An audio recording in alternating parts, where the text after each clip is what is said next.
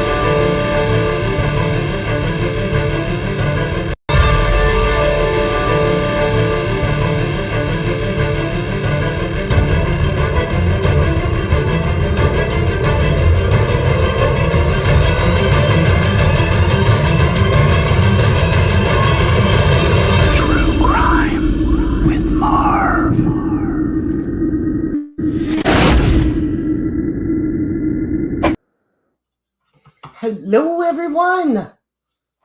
How are you? I am back. I am feeling much better. So I wanted to come online, talk a little bit, kind of go through some things with Delphi. Definitely talk about Delphi tonight. Hello, Queen of Ocean. I'm doing well. Hey, Andrea, thanks for joining us. Olivia, too. Love the soft sounds. Thank you. Ms. Deb, how are you? Sorry I missed you earlier. Glad you're with us. Olivia, too. Hello. Glad to hear your son and all his accomplishments most likely made you better. Yes, he made a hauling this year, that's for sure.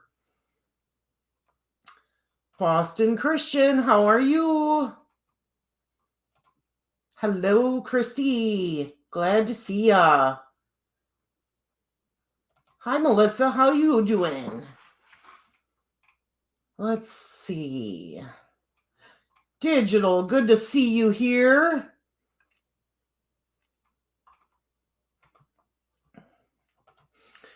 Marv, your intro. Thank you. Kathy, how are you?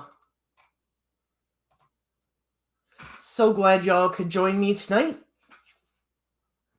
So, on the health front, I do not have Lyme's disease, and I do not have a tick-borne bacterial infection, so this had to have been some kind of virus that's going around, but it hit hard and it hit fast. So I'm over it. I'm so happy to be over it.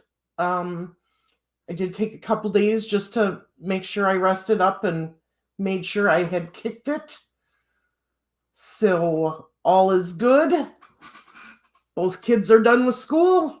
That's a good thing I guess they're on to the summer. We've got a few things planned this summer. So for those of you that are going to be going to the Memorial Walk July 1st, I will be there. I am also asking for your support for those that are going to be in the Delphi area to also come to Tipton, Indiana. We are going to be at the Tipton City Park Friday night at 5 p.m., I believe it is. I'll double check that. That might be my time, not Indiana time. So let me double check that.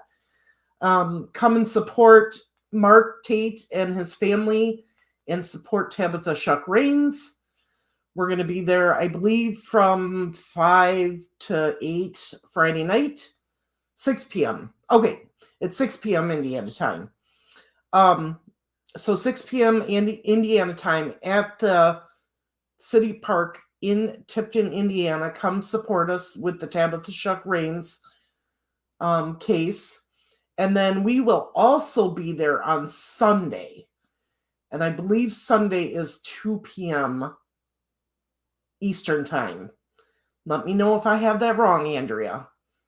And we're going to have a special guest there that day that's going to make an announcement. So we're pretty excited about that. Hello to the Facebook user. I have to bring up my Facebook so I can see who you are. So just give me a minute. I'm doing that right now.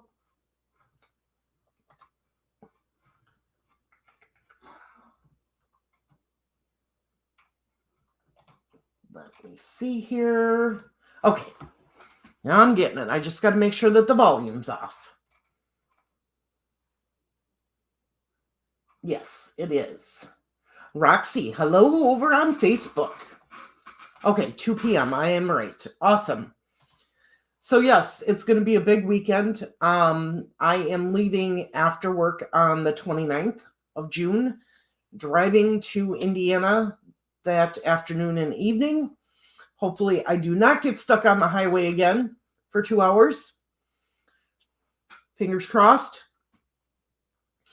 And then Friday, I'm going to be going around Tipton and taking video and pictures for the Tabitha Shuck Rains case. And then we're going to meet in the park at 6 p.m. at the Tipton City Park for Tabitha, where Mark's going to do some speeches. We're going to do interviews, talk to whoever wants to talk to us at that time, explain the case to everybody and what we're doing. And then on Saturday, I will be in Delphi for the Memorial Walk. After Delphi, I am going to be with the Delphs. They have invited me and my family that's coming to a picnic. So we're going to go have some fun there. And then Sunday, I've got some people in between all of this and on Sunday that I'm going to be meeting and talking with. And then Sunday at 2 p.m., we're going to be back in the Tipton Park. We're going to be interviewing friends and associates of Tabitha Shuck Rains, getting everybody's stories and theories on what happened that day. I'm going to try to record as much of it as I can. And then my plan is Monday to come home on Monday, drive home on Monday so that I'm here on the 4th for my birthday to celebrate with my whole family. So that is the plan for the end of the month. I can't believe we're almost into June already. Hey, Jill, how you doing? Crystal Dawn, how are you? So as most of you know, I've been talking about this project that I'm doing where I have a bunch of interviews, news broadcasts, and everything from Delphi that I've saved into my one folder. So it took many, many hours to download these videos and to date them in chronological order. But we're going to start the truth and myths of Delphi.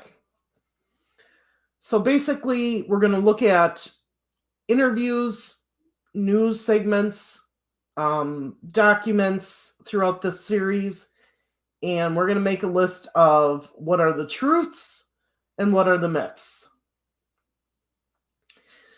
So if somebody could volunteer to be a note taker, that would be great. If you plan on being here for the whole thing, and you can list what we think are the truths and what are the myths, theories, rumors. We're going to combine it all under myths. That would be great. So let me get my folder open here.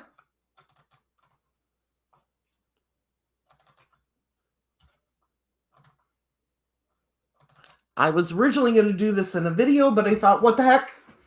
We're going to do it together. Because not everybody, I haven't even seen everything from Delphi. A lot of these videos, even though I saved them, I haven't watched the full video. So, Andrea, that's up to you. If you can take notes and mod at the same time, that would be great. Otherwise, if somebody else wants to take the notes and then email them to me, that would be helpful too. So, hey, Brandon, how are you doing? So we're going to start at the beginning. Because even though we think we know some things, it's not necessarily true. Such as fact, truth. We know that Kelsey dropped the girls off at the Monon High Trail, and she dropped them off by the gate by the Mears property. Anybody know exactly what time that happened? So the time of it, I'm putting under the myth, theory, rumors, because one thing that we've gotten was 1:35. Then we got 1:38. Then in the probable cause, I believe it said 1:49. So the time, we have no clue on what is the correct time. Unless we go by the probable cause affidavit for Richard Allen. But so we're starting at the beginning. Maybe we can get there. But right now, we have no idea. So she left at 1:49. Did she leave at 1:49 or did she get there at 1:49?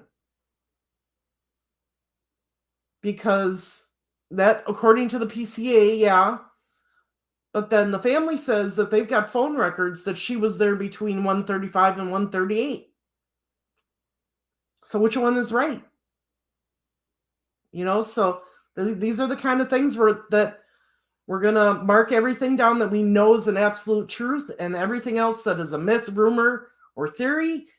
And then in the end, we're going to look at the columns and go from there and try to figure it out. So I have a lot of videos from 214. I'm going to start playing them. And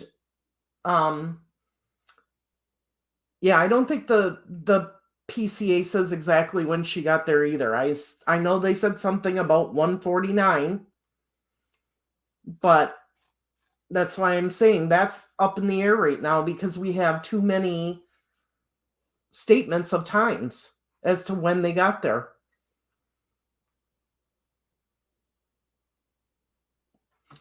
Yes. Okay, let's see here. Good evening, Robin. Nice to see you.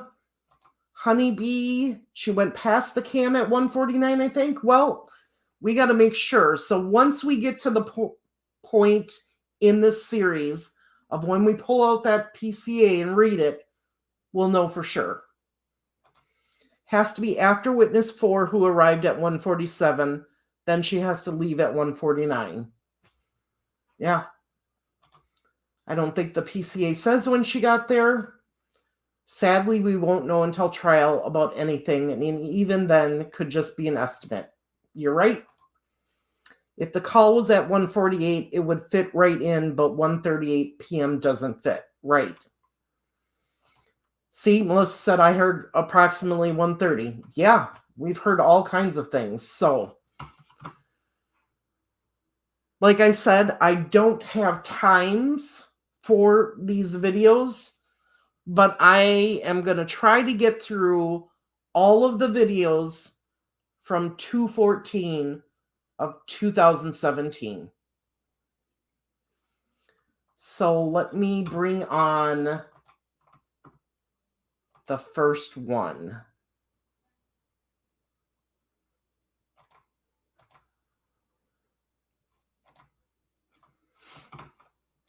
And I'm actually going to take this off of here. As you can see, I got my butterflies and my hearts on my shade now.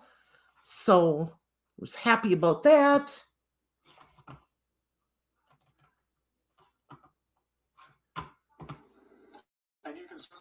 All right, I'm going to stop this and then I'm going to share my screen. Make sure I share the audio. Okay. So this one is called Delphi Investigation Community Concerns. I'm going to mute and then I'm going to start playing it.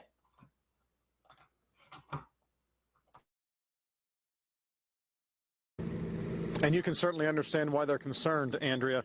It is a late night for law enforcement here. They've been processing this crime scene, and now they're poring over the clues. And as investigators work on the case, it seems like pretty much everyone else in town is working through what happened. Just a half block down the street from the police station, people are thinking about the girls at the sandwich shop. It's a family place, burgers, fries, and a side of concern over the day's news. I just can't believe, that it really happened.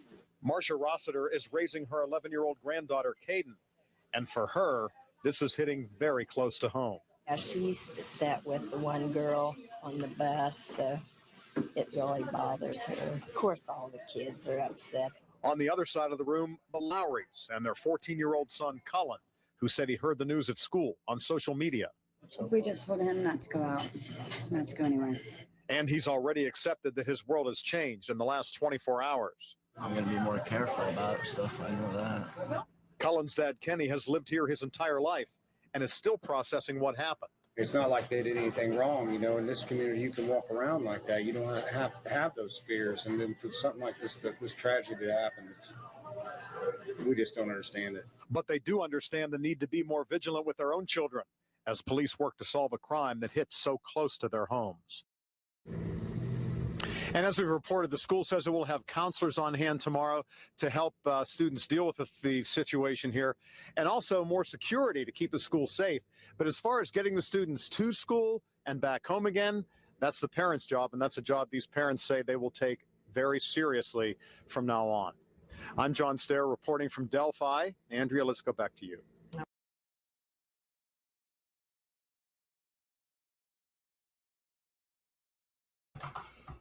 Okay, so that is the first video from 2017. Obviously, that video is kind of in the middle. We're going to keep chugging along here. We do know that the community was very concerned that these girls were missing and found deceased the following day. I mean, it's obvious.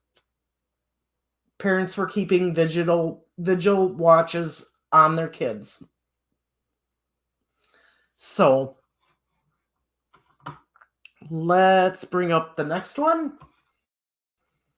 So here is what we know about the timeline of the disappearance of these two teenagers. And let me bring back up the screen here. Okay, so this is video 2. Delphi investigation, community response. So here we go. So here is what we know about the timeline of the disappearance of these two teenagers. Libby and Abby were dropped off in an area east of Delphi around 1 o'clock on Monday. The family tells us the last thing they found was a picture on Snapchat of the two at the bridge over the creek. That was around 2:30 p.m. When family went to pick them up, they couldn't find the girls and called police at about 5:30 yesterday evening. And then this afternoon, the sheriff's department said 2 bodies had been found. Foul play was involved. But again, and we want to be very clear about this, they did not identify the bodies as those of the 2 missing girls. Okay, so right off the bat, we have still conflicting information. This says the girls were dropped off at 1 p.m., that the Snapchat photo was opened at 2:30, that family alerted police by 5:30, and by 2:30 on Tuesday, the bodies were discovered. So lots of, you got to think, this is early on in the case. This is what is being reported. Early on, that day, the day that they went missing. So whoever's taking notes, you could take this down, put that in the myths, because these times are way off compared to what we think they are.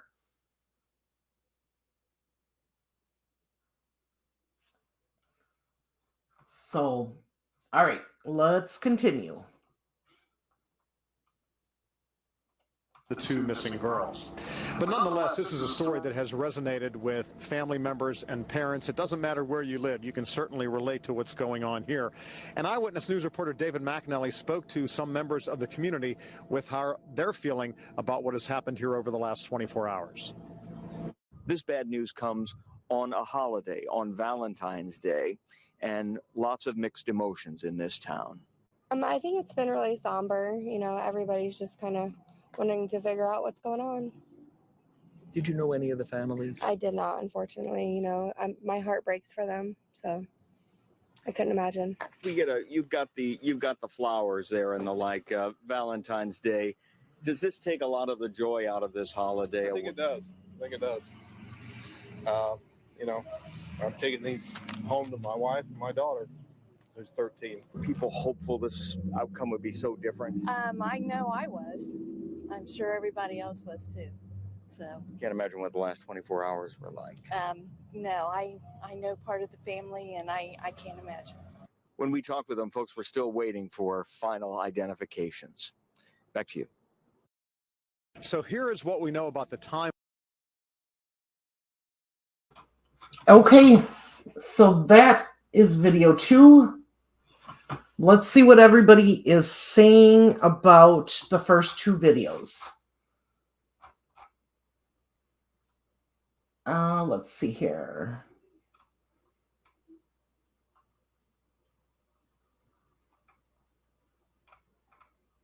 I forgot where we are.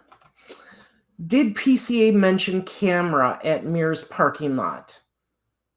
I don't know. If the note taker could put in another column or page for questions that we're going to look for in the future, that would be a question that we need to look for. There are too many speculating on what happened and times that our heads are swimming. People making people argue amongst each other on who is correct. Right. And that's kind of why we're doing this. We're going to debunk some of that and try to get to the truth.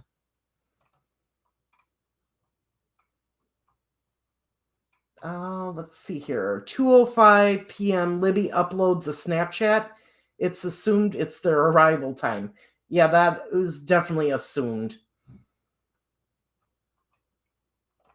1:49, the car pulled up, a witness said. Well, we got to make sure of that when we look at the PCA. How could 2:05 be arrival and 2:07 be Abby almost across the bridge? I have to agree with that. There's no way 2:05 could be the arrival time. Just with the walking distance. No, 1:49 is when the car pulled up. She sent the snap when they got out and started walking. I don't think so. Because her first snap was a picture of the bridge. And then her second snap was the picture of Abby. So they weren't even, when they got out, they weren't even close to the bridge. They had to walk a little bit. 24 hours later just doesn't make any sense to me if searchers were out looking to find them. Right. Those times are incorrect. 2:05 was shot of empty bridge at digital, I thought. Then Abby pick at 2:07. That is a fast pace. Yep. It would make sense why she had her phone recording to catch BG. Hasn't the timeline been updated to what makes more sense? I know it's been discussed in different places, but I don't recall the latest. That's because we're still trying to actually pinpoint the timeline. And by us doing this and going through the videos and through the documents now that we have, we'll be at the end, we'll be able to do that even better. Seems impossible unless Libby waited to send empty bridge snap. Valentine's Day will never be the same, not for that community. 5:30, they're reported missing. Well, we've heard it was between 4:30 and 5. Not 5:30. 5:30 would be too late, according to what the family has told us.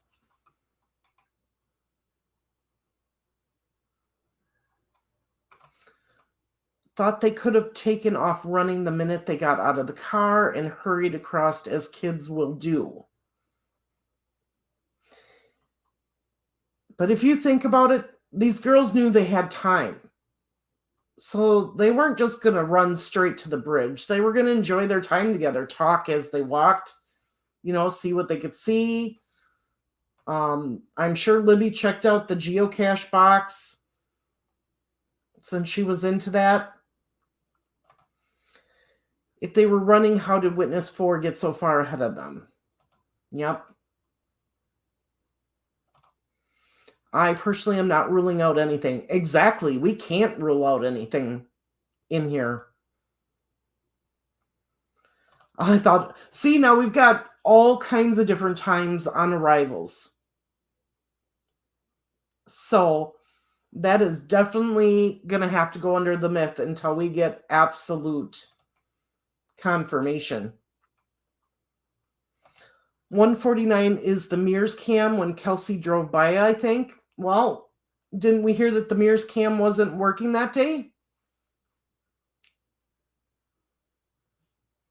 Is that a myth or is that a truth? Was it or was it not working?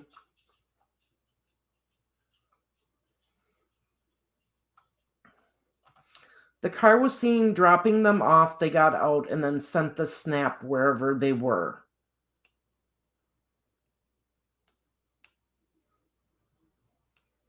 I agree the car was seen dropping them off. They got out. They had to walk to the bridge in order for in order for Libby to snap the picture of the bridge and upload it. So that would have taken at least 4 to 5 minutes.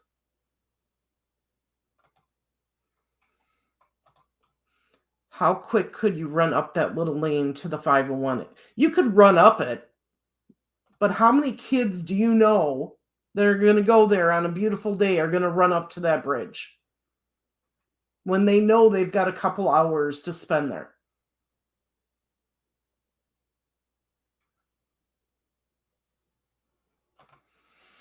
I'm assuming the photos were time-stamped. What we have is, I believe, a stamp of when somebody opened them.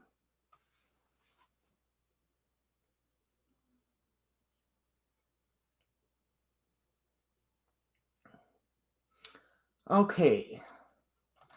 We know what time Libby took the picture of Abby. 2:07. Do you think that maybe the snap of Abby was doctored and sent by someone else, not Libby, since the timeline is so far off? I do not believe that the picture of Abby is doctored at all. I think that is the original.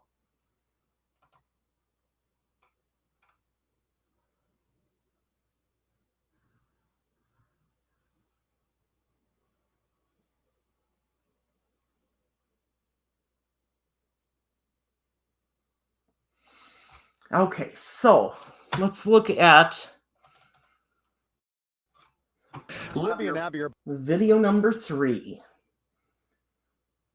Delphi investigation, school response.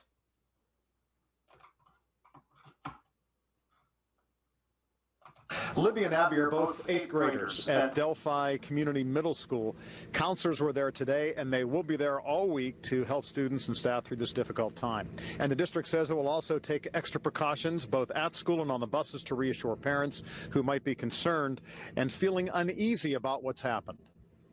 It's our professional opinion that we feel that when the kids are here at school, they're very safe. Our doors, we will be on a soft lockdown.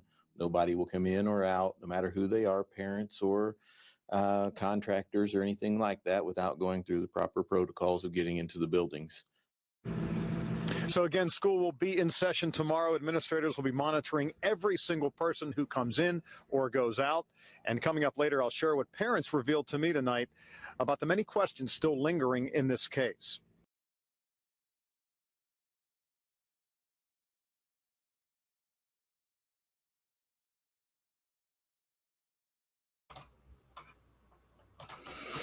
Okay, so that was just a basic video of, how the school was dealing with the situation. I'm sure that there were a lot of terrified kids around that community.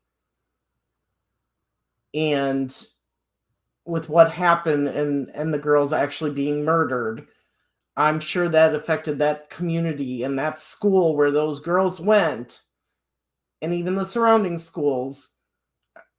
It was tragic. And it was really tough for those kids. So I'm glad that they had help for them. I'm glad that they were on a soft lockdown that next day. And I'm glad that, they could feel safe in their school. Because we know that the community did not feel safe at that time.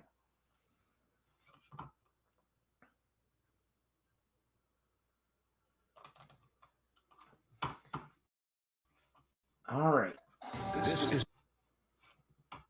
I'm going to mute and we're going to play the next video.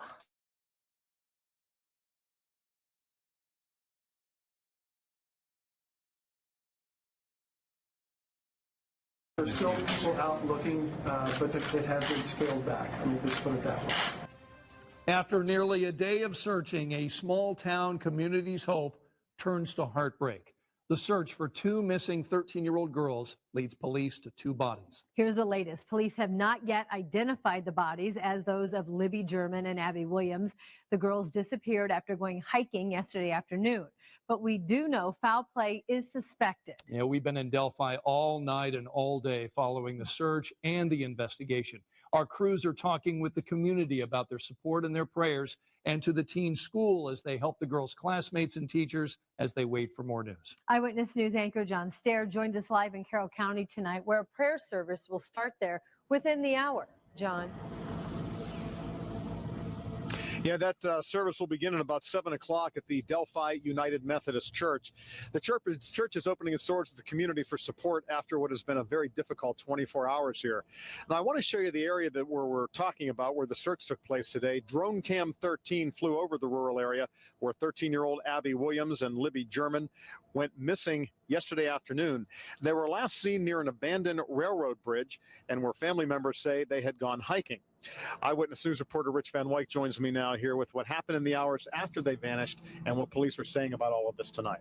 John, this was the search center. This is where they coordinated a search involving hundreds of people, perhaps the entire community in some way. They started out with lots of hope. It ended with tears this afternoon.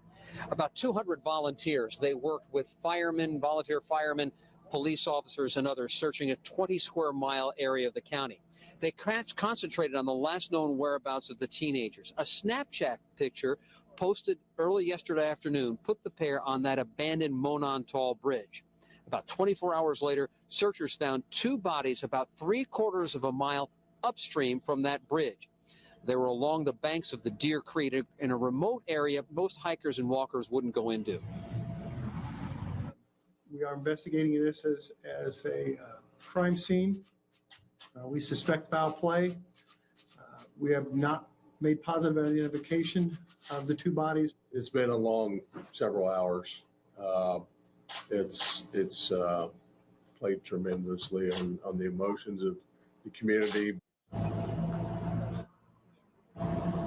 Police aren't releasing the gender of the victims. However, the search for the two missing teens, although not officially called off, has been significantly scaled back.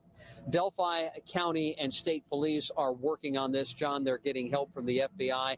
They're at the crime scene. They'll be focusing on that through the night. We await tomorrow morning's autopsy report to perhaps confirm identities and learn more about this mystery that's beginning to haunt this community. Yeah, around 40 law enforcement personnel out there. And you know, when kids are involved, it's awfully tough. People take it personally. Yeah. All right. Thank you. Rich Van Wyk tonight. Now,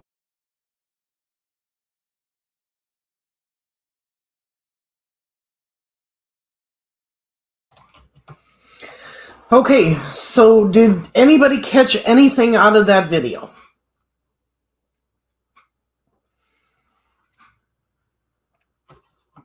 Basically, that video was talking about the girls being found.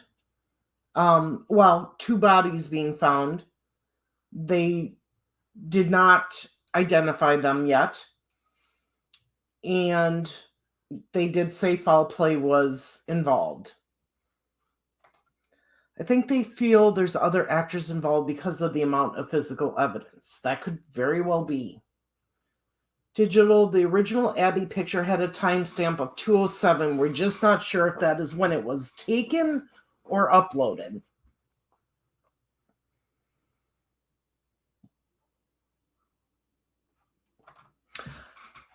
I was going to ask that too, Michelle, because I don't know. So if somebody from Delphi could answer, what is the Golden Bowl for? What does it represent for Delphi? We would appreciate the answer.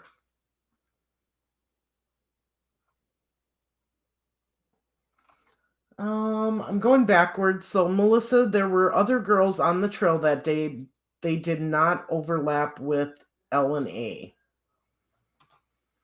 Don't know that. Digital. Okay, hang on. Wonder if the girls were first ones ever walked the bridge that day or they did it before that. Libby did walk the bridge before that day. Abby had not. That was her first time. PCA says through electric records, witness statements, and HH cam, girls dropped off at 1:49. Smoke Tea, where did the 2:07 come from? Is that subtracting 7 hours from when her friend opened it? Yeah, good question. For those who are tech savvy, GPS on cell phones, it tracks the phones always, yes or no. Could it be used to pinpoint the timeline?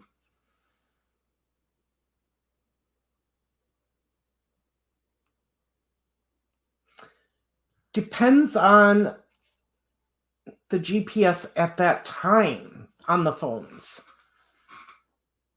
I don't know that we had a lot of GPS on the phones at that time. That's something that somebody would have to research and look back on to see what kind of GPS was on her type of cell phone back in 2017.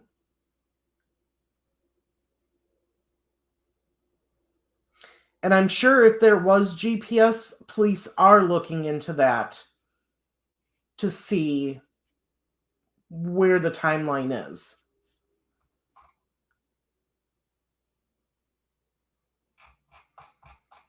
Let's see here.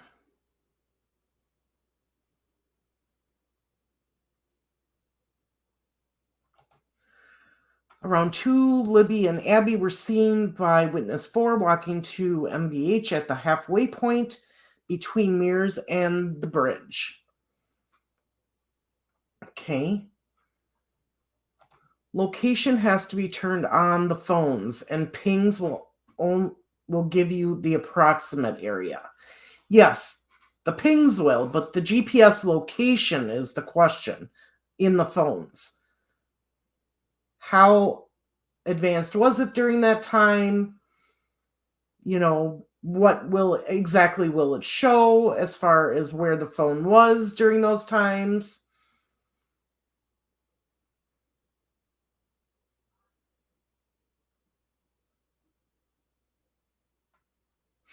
So what Anna has said is that the family had been there many, many, many times to the bridge. She had just never let Abby cross the bridge. She didn't mind that Abby went to the bridge that day with Libby. She was upset that Abby crossed the bridge.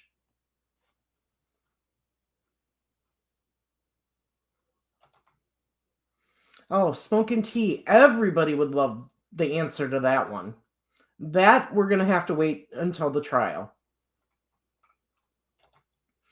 She believed it was Libby and Abby, so she didn't know them. Couldn't firmly identify them or their clothing.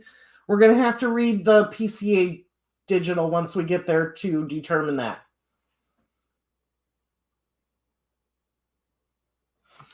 All right, let's go on to the next video.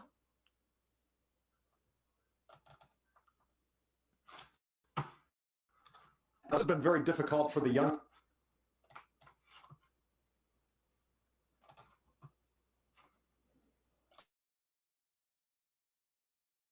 Now, this has been very difficult for the young people here in Delphi. Both Libby German and Abby Williams were 13 years old.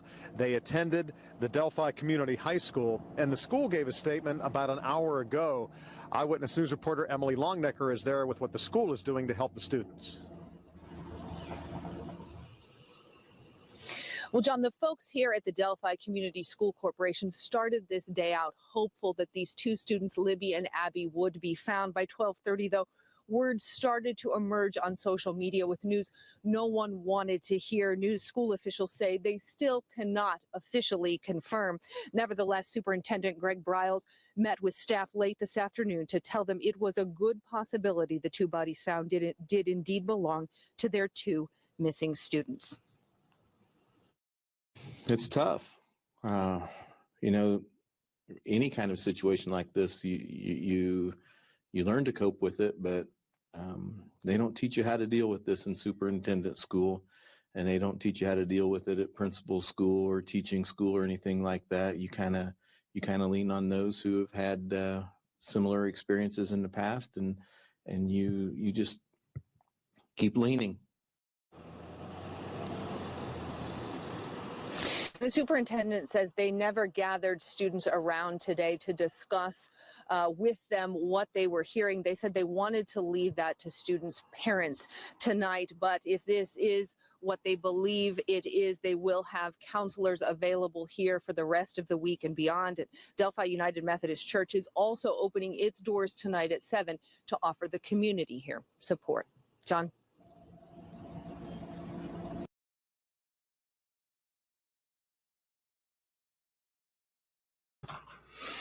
Okay, so once again, video about the school, about the community, not a lot of information that we can obtain. So we're going to move along to the next video here.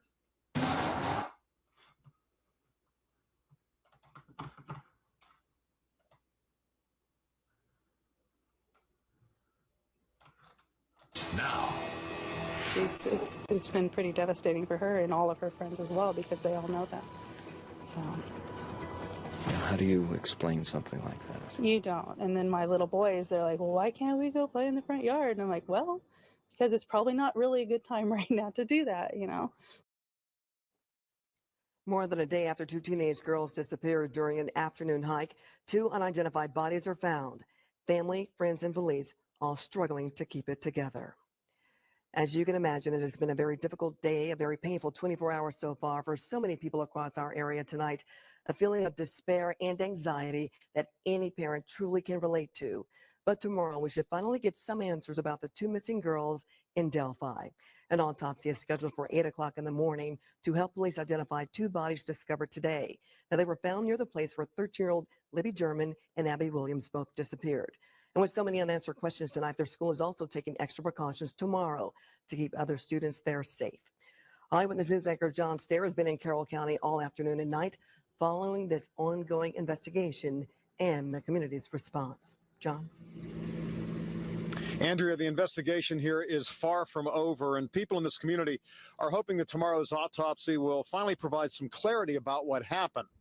State police were out at the crime scene near Delphi late tonight, blocking the area where officers discovered the two bodies. They do suspect foul play, but they have not yet said who died or how they died. At the same time, family, friends, and strangers gathered to pray for 13-year-olds Libby and Abby as they wait for news about their disappearance. Eyewitness News reporter David McAnally is here with me now. He's been following this investigation throughout the night. And what can you tell us at this point? Police just can't confirm that information right now, can't confirm the identities of the two victims who were found today. We'll have to wait for the autopsy results. Also, they're not saying anything tonight about how those individuals died, how were found along that riverbank. We may know more on that tomorrow as well. Tuesday night, Indiana State Troopers guard all routes into the crime scene outside Delphi. Here's the area by day from Drone 13. Police deployed along the cemetery and Deer Creek, where two bodies were found just out of the water. Investigators working to find if they're the remains of two 13-year-old friends who disappeared Monday afternoon. It's tragic. I mean, this is a family town. So we all have kids around here, and that's kind of scary. In fact, the crime scene is about a football field out her back door. She was away Monday afternoon when the two missing girls, Libby German and Abby Williams, were reportedly dropped off nearby to go exploring an old bridge, but they never showed up at the rendezvous point a few hours later. Jennifer hasn't seen anybody suspicious in the woods here. You know, you don't even look for that, honestly. It's not something you expect to see. I mean, I'm from California. So to me, this is a safe haven. Why do you believe that there is foul play?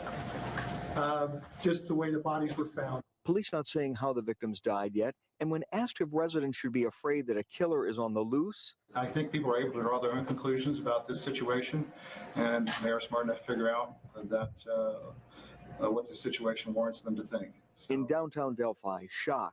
You've got the flowers there and the like, Valentine's Day. Does this take a lot of the joy out of this holiday? I think it does.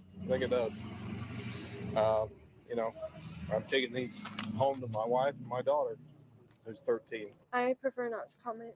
It's been a very difficult thing. It has been, yes. Back at the police checkpoint Tuesday night, just a stone's throw to Jennifer's house, the crime scene is more than physically close. Her stepdaughter knows the victims. This is kind of a shock, and my heart's breaking for the moms right now, because I know how it is. Police passed on from the family to the community the thanks that the family has for everyone who participated in the searches over the last 24 hours for those missing girls. And also expect to see, John, tomorrow out there, more technicians, crime scene technicians working back on that scene as well. Yeah, and I think we should mention too, David, that this is a small town and everybody seems to have a connection to the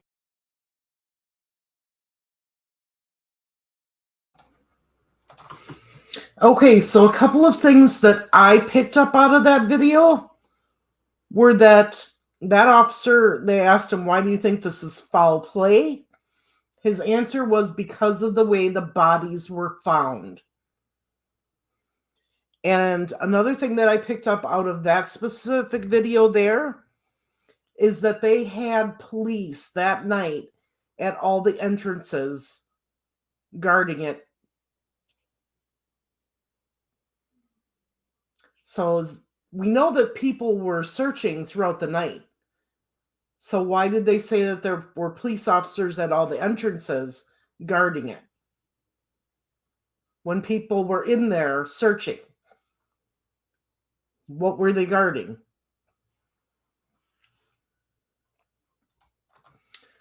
Wonder why Abby let the photo on bridge be snapped, knowing she would be grounded if her mom caught wind of it. Sometimes kids just do what they do and know that the grounding is worth it.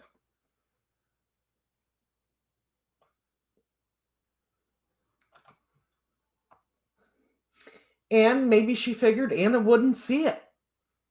At Digital, maybe that's why she looks a little sheepish with head down in the photo. I think that's more because of walking across the bridge, but it's a possibility. He probably thought she would never see it. Maybe Libby told her, don't worry about it. You'll be okay. Could be. So witness 4 does not definitely identify girls. Well, we'll find out. Did I hear the reporter correctly when he said the bodies pulled from the water? All right, hang on a minute.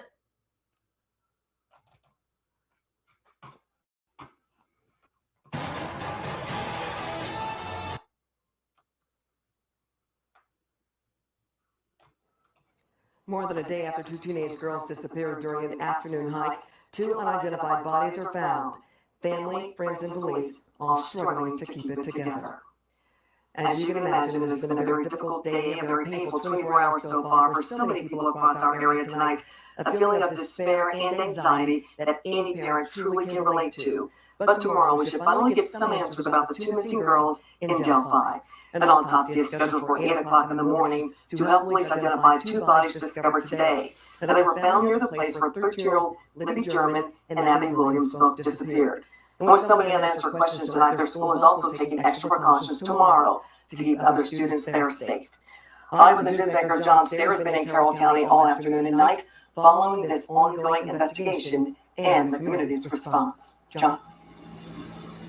Andrew, the investigation here is far from over, and people in this community are hoping that tomorrow's autopsy will finally provide some clarity about what happened. State police were out at the crime scene near Delphi late tonight, blocking the area where officers discovered the 2 bodies. They do suspect foul play, but they have not yet said who died or how they died.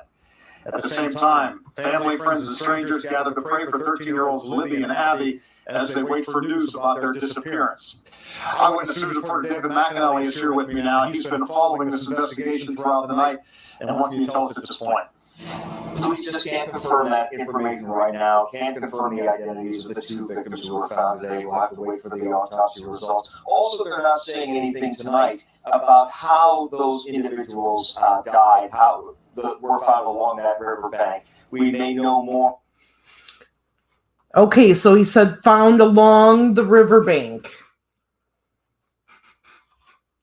I'll play a little bit more just to make sure, but on that tomorrow as well. Tuesday night, Indiana State Troopers guard all routes into the crime scene outside Delphi. Here's the area by day from Drone 13. Police deployed along the cemetery and Deer Creek, where 2 bodies were found just out of the water. Investigators working to find. okay, at that point they said 2 bodies found just outside the water. If they're the remains of 2 13-year-old friends who disappeared Monday afternoon. It's tragic. I mean, this is a family This is a family town, so we all have kids around here, and that's kind of scary. In fact, the crime scene is about a football field out her back door. She was away Monday afternoon when the two missing girls, Libby German and Abby Williams, were reportedly dropped off nearby to go exploring an old bridge, but they never showed up at the rendezvous point a few hours later. Jennifer hasn't seen anybody suspicious in the woods here. You know, you don't even look for that.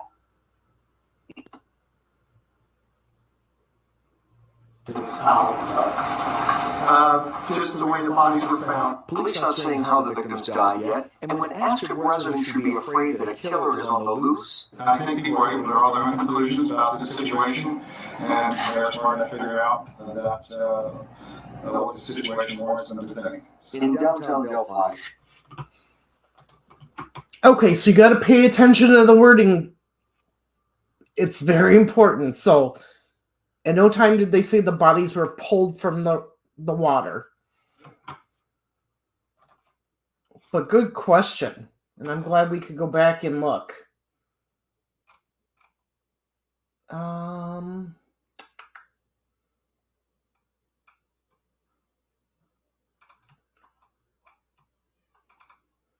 Let's see here. Isn't the point of Snapchat that the photos delete so you're good as long as no one takes a screenshot? Yes. My daughter used to do some really daring stuff. She always said she figured she would do what she wanted and ask for forgiveness later. She aged me faster than her brothers for sure. Exactly. Ellie accepts it, or Liggett accepts it. Carter has always said we can't talk about. Okay. Let's see. So near the riverbank is what they said. Yep. Yes, this is going to be very interesting going through it this way. Just outside, just out of the water and found along that riverbank. Right.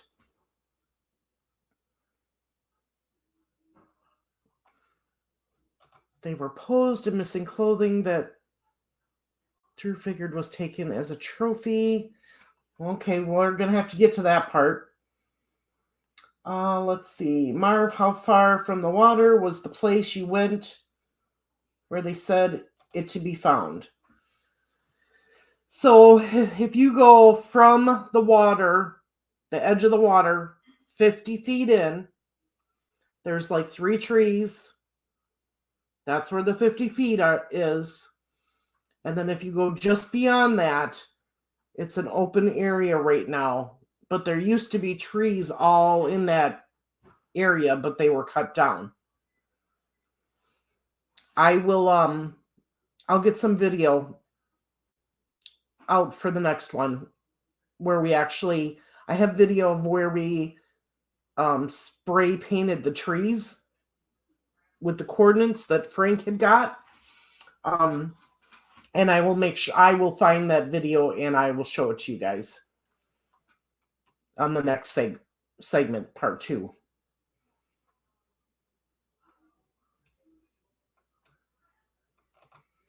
Yes, the pictures on Snapchat were a screenshot.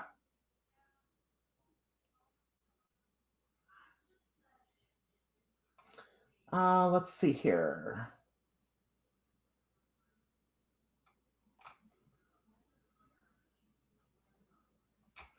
All right.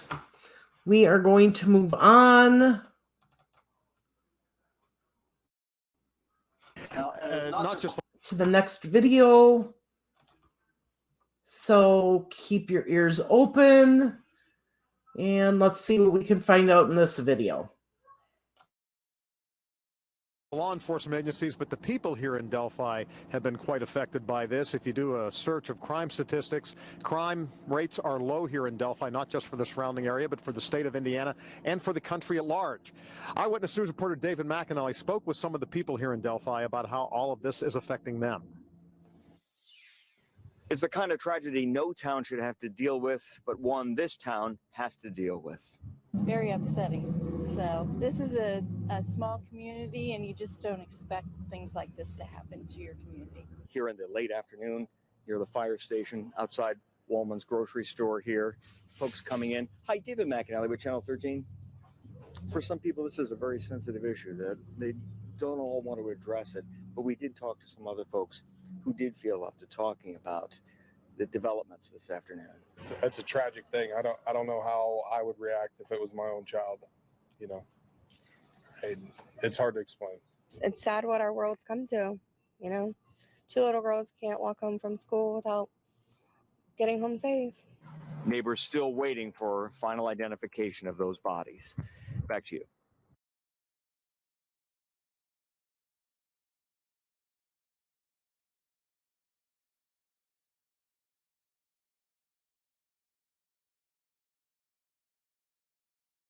This is as a crime.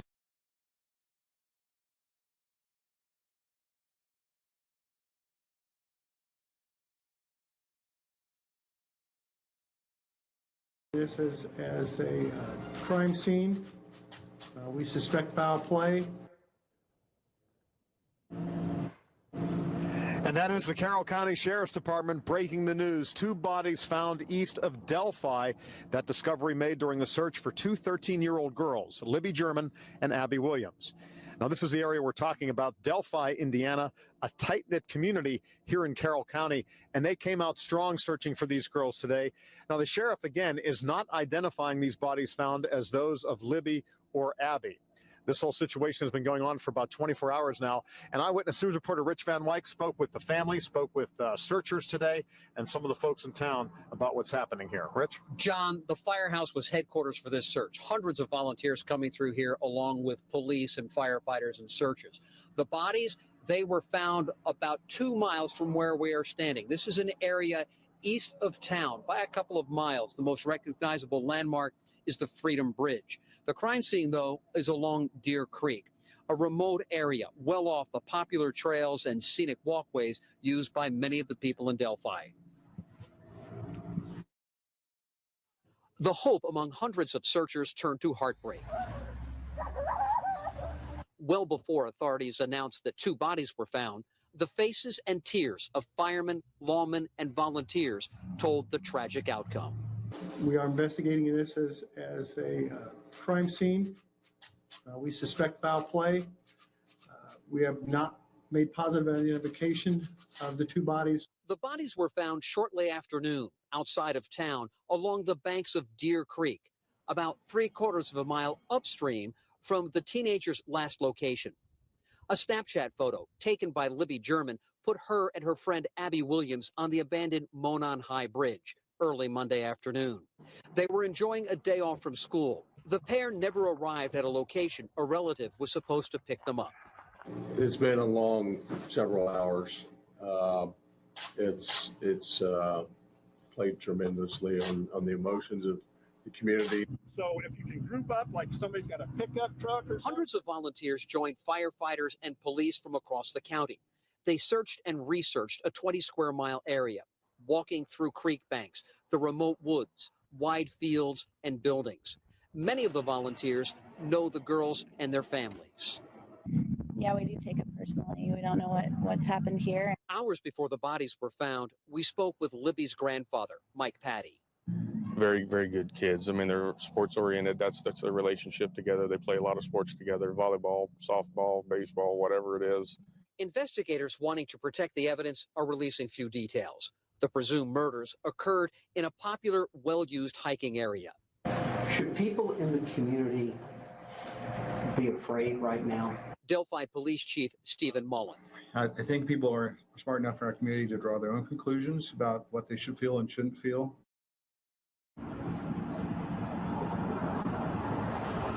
We expect that police are going to be processing that crime scene, John, until they run out of daylight.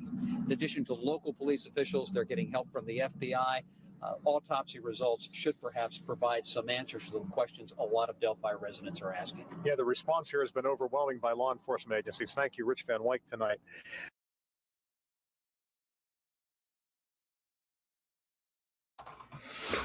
So, was there anything out of that video that anybody caught other than same thing that we've been hearing? Yeah, sorry, I was muted.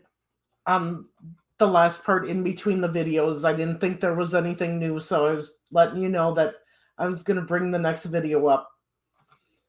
These newscasts make it seem like yesterday instead of 6+ years ago. Yes, it does.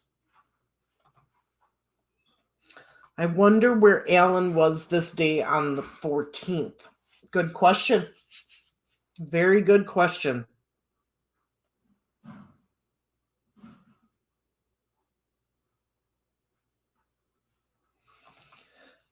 See-through, I'd love to know that too, yeah. All right. We're going to, let's see, we've got 1, 2, 3, 4, 5, 6, 7, 8. 8 more videos just from the 14th.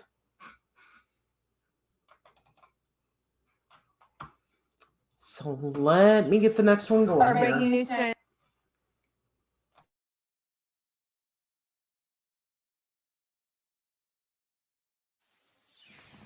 Our breaking news tonight at 5:30 continues in Carroll County, where the nearly 24-hour search for 2 missing girls is over tonight. These images that you're looking at here from Drone Cam 13. We flew it over the area where the 13-year-olds went missing yesterday afternoon. And from these pictures here, you can see just how remote the area is. It was late this afternoon that the news broke that many of us feared all across the state, the discovery of 2 bodies. But the sheriff would not go as far as saying the bodies are those of the 2 missing girls. They do suspect foul play. We've got John Stair in Delphi tonight at 5:30 with more on the investigation. John. You know, Scott, they have said that definitely foul play was involved here. And again, they have not released the identities of the bodies found in this rural area of Carroll County. But if you look at the faces of friends, relatives, and searchers, that does tell a story. The search for 13-year-olds Abby Williams and Libby German has been dramatically scaled back. And tonight, the coroner is examining the bodies found. Police are keeping all details right now very close to the vest. But listen to what they had to say. One thing the family asked us to do is to thank all the communities around Delphi and the people here in Delphi for assisting in attempting to locate these the 2 young children that were missing earlier.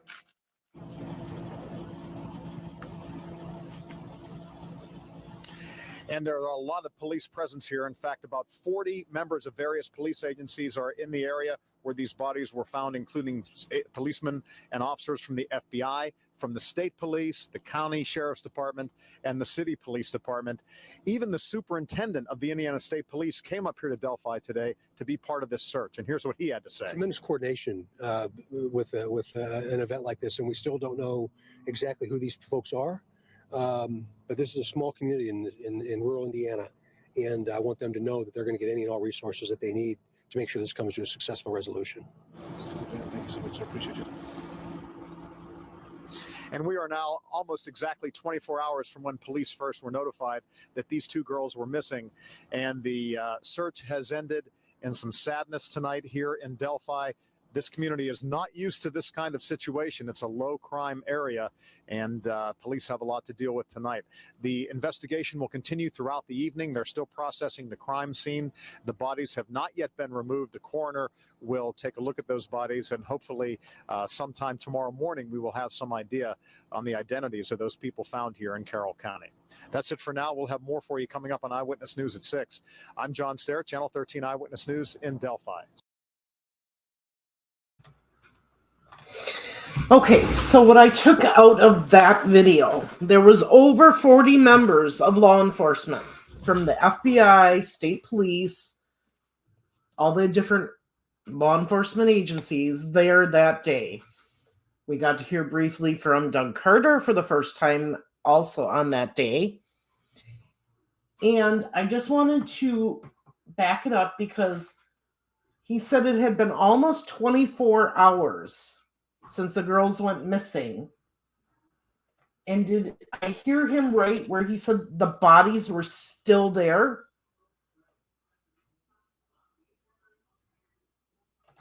Yeah, on the identities of those people found here in Carroll County. That's it for now. We'll have more for you coming up on Eyewitness News at 6. girls were missing. And the search has ended, and some sadness tonight here in Delphi. This community is not used to this kind of situation. It's a low-crime area, and police have a lot to deal with tonight. The investigation will continue throughout the evening. They're still processing the crime scene. The bodies have not yet been removed. Okay, he just said the bodies had not yet been removed. So Michelle caught the same thing I did. So yes, according to that, I would say he said it's been almost 24 hours. Looking at the sunlight there, it's got to be between 3 and 5 p.m., I would think. So during that time, the bodies were still at the site. Nice catch, Michelle. Wow. That is a little different than what I thought. I thought the coroner, from what Becky had said and things that we've previously watched and seen, Becky said the coroner was there shortly after they found the girls. And maybe that was our fault of assuming that meant the bodies were removed shortly thereafter, when they weren't. Yeah, it could be true.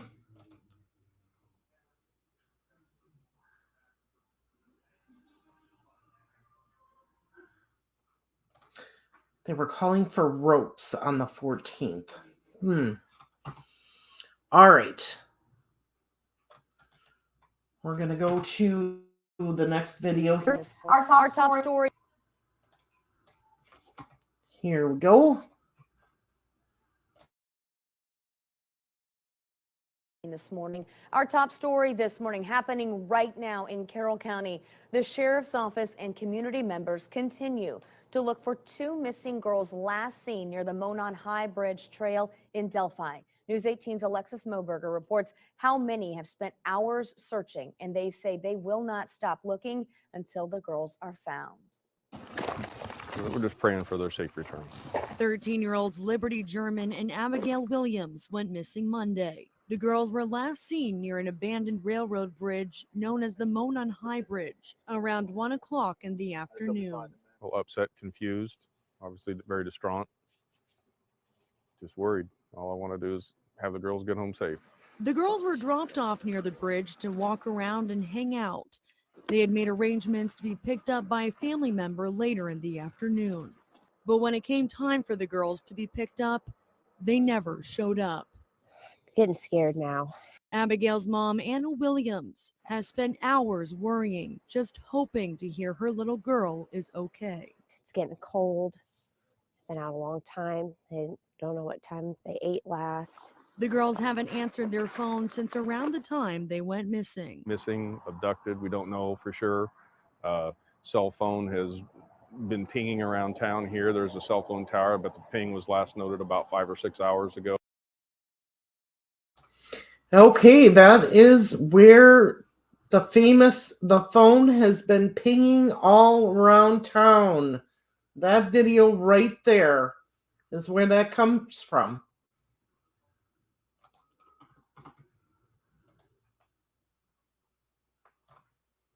Been pinging around town here. There's a cell phone tower, but the ping was last noted about 5 or 6 hours ago. They say the phone's now dead. The last Snapchat from one of the girls was from 2:07. Text, I saw a text where they got delivered, but they never got read. Very scary situation right now, and I just want her home. Now many are on an extensive search to find them. Ravines, ditches, trash cans, their phones, any sign of the girls, and anything we can find to just find them. Deputies, firefighters, and local police are checking every crevice and nook. Looking for answers. Looking for the girls. But so are others in the community. And many of them say they won't stop looking, even if it takes daybreak, fall over with exhaustion. Honestly, I would have just hidden up somewhere. Scared to be in trouble. Alexis Moberger, News 18. Here they are. Police say Liberty German is 5'4", has a heavy build with blonde shoulder-length hair and blue eyes. She was last seen wearing a tie-dye shirt, gray sweats, and black Nike shoes. Abby is 5'4", small build with medium-length blonde hair and hazel eyes. Abby was wearing a gray zip-up sweatshirt with a burgundy t-shirt underneath and blue jeans. We will certainly keep this morning. Okay, so we've got some questions off of that video. Was Mike Patty being interviewed in front of a gas station? Our top story this morning happening. I'm gonna. So he is by the Citgo gas station. Obviously, very distraught. Just worried. All I want to do is have the girls get home safe. So right The here it girls were says dropped off near Citgo. the bridge to walk around and hang out. They had made 207 confirmed there. arrangements to be picked up by a family member later in the afternoon. But when it came time for the girls to be picked up, they never showed up. Getting scared now. Abigail's mom, Ann Williams, has spent hours to hear her little girl is okay. It's getting cold. Been out a long time. They don't know what time they ate last. The girls haven't answered their phones since around the time they went missing. Missing, abducted, we don't know for sure. Cell phone has been pinging around town here. There's a cell phone tower, but the ping was last noted about 5 or 6 hours ago. They say the phone's now dead. The last Snapchat from one of the girls was from 207. There you go. Nice catch, see-through. Last Snapchat confirmed at 207. Now, is that the absolute truth? Don't know, but that is where we are getting the 207 time. That's because of not having enough towers. Our friend Steve from True Crime Web tested cell pings when he was there, and it was wonky, not accurate. Correct. I'm sure they did Kit, but has anyone said if they had been violated? No. We have not received any official word from anybody that they were violated. That is all under the myth category right now. No, they did not say anything about a sweatshirt for Libby.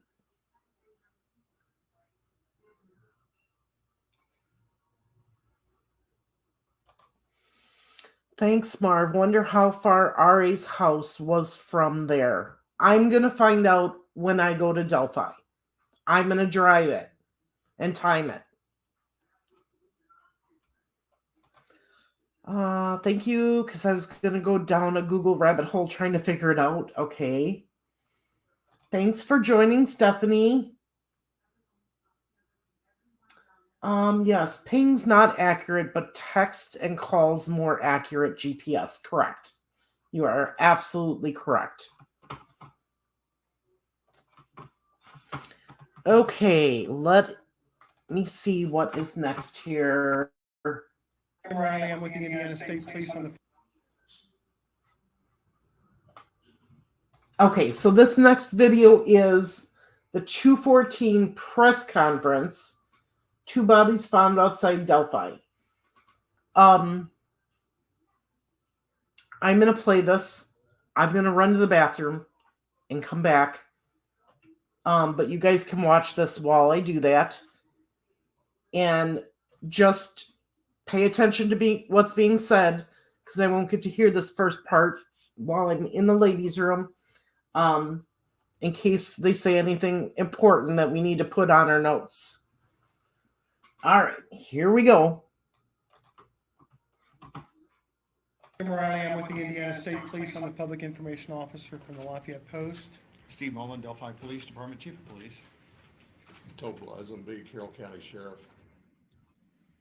Basically, we're going to make this, it's going to be short and sweet. We don't have that much at this point in time. Basically, what we've got, we have found 2 bodies. Is that the Sugar Creek? Deer Creek. Deer Creek, sorry. In Deer Creek, about a mile east of town. We are investigating this as a crime scene. We suspect foul play. We have not made positive identification of the two bodies, so we're not going to be releasing any information on them at this point in time. We've got the Indiana State Police is assisting the Carroll County Sheriff's Department and the Delphi City Police Department in the investigation here. We also have the FBI Crime Scene Investigation Group here out of Indianapolis.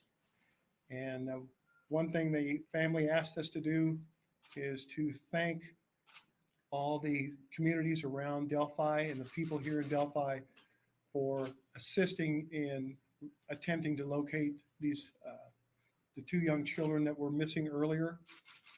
They just wanted to say thank you to those people, and thank you. They were just wanted to express their gratitude toward the hard work that was done in helping search for these children. Has the search been called off for these two teenagers? Not officially, because we have not positively identified the bodies at this point in time. Do you have people still searching the woods and creeks? We still have, there's still people out looking, but it has been scaled back. Let me just put it that way. Are the bodies of the two individuals recovered, are those of young female children? I'm not at liberty to give that information out as of this time. Who found them? I'm not going to say at this point in time. Why do you believe that there was foul play? Just the way the bodies were found. That's about all I can say at this point in time.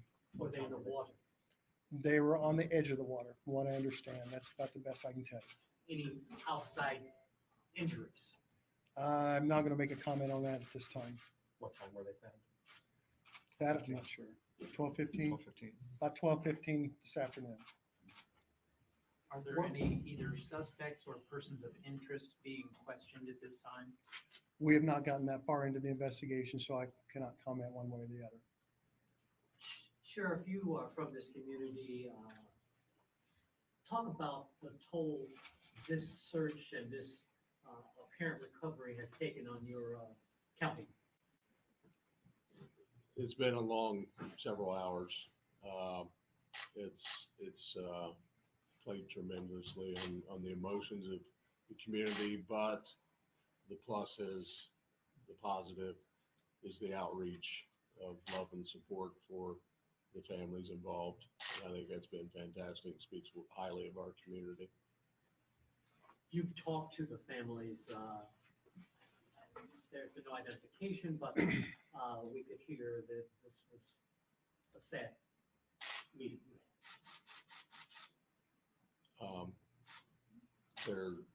There is some sadness, yes. How long do you think it's going to take, of what you know so far? How long do you think it's going to take to positively identify these two? I can't speak for the coroner. He's the one that will take care of that part. That's not something I can give you that information at this point in time. How far down was it from the bridge? Downstream. Probably more than a mile, or less than a mile, rather. I'm going to say somewhere between half and 3/4 of a mile. I'm guessing the road curves back in there, so it's really hard to tell as the crow flies how far it is, but I'm going to guess about a half to 3/4 of a mile back there. It wasn't that far from where the search started. You mentioned hours of searching, hundreds of people. So were they not in plain sight in that area, that it would have taken a long time for you guys to find them? We really don't want to comment on that at this point in time. Is there any We don't really want to put out too much information at this point in time. Something I will do, if you follow me on Twitter, I'm going to probably put tweets out approximately every hour on updates. It may be as much as that I'm just going to say we have nothing new at this time, but I will try to do that for at least the next 4 to 6 hours. How do you suspect, do you presume that these are the two people you were looking for? I really can't comment on that at this point in time. Were there any visible injuries or other signs of trauma to the bodies that were discovered? We're not going to make any comment on that either. I know we're not giving you much. I understand that, but I mean, we're at the baby stages of this case. At this point in time, I cannot release really much more information. As soon as I can, I will be more than happy to put stuff out. Who's the lead investigator? Carroll County is actually the Sheriff's lead. Office. Is it fair to say the search has been drastically scaled back? Correct. I will say that, yes. Sheriff, are you classifying this as a homicide investigation at this stage? It's a death investigation with unknown sources.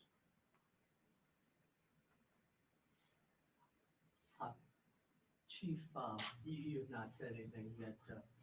This is your town. Talk about the impact this has had on your town. It's had a terrible impact on our community. The people who participated in the search, people who have participated in all the efforts to try to find the victims in this case are very much appreciated. But I know that's had a terrible effect on our people, and we are grieved that this sort of thing would happen here in our community. I am pleased to see the community come out and help us the way that they have. I'm very pleased to be part of a community that has done everything they have done to help us out in this case. Going forward, you're going to do everything, obviously, you can to find out who was involved in this. And then earlier when we talked, pretty much all the law enforcement's been holding back tears because these young girls and families and the whole search is really taking a toll on you. So are you going to do everything, exhaust every option, just like you did in the search, to find out who was involved in this? Yes.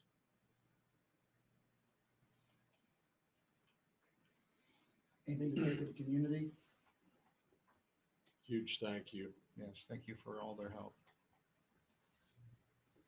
Should people in the community be afraid right now based upon what you've seen and you know?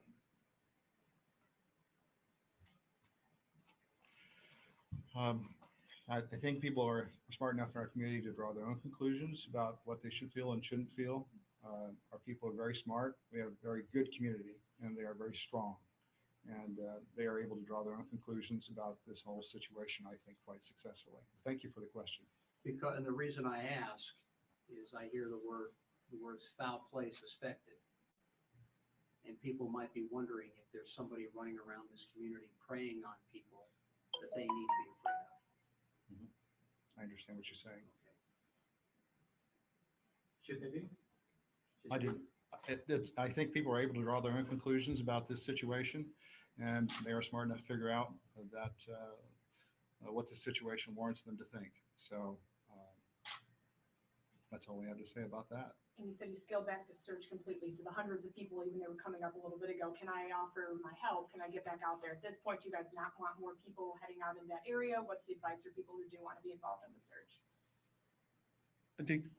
They can continue to help in the way we need the assistance at.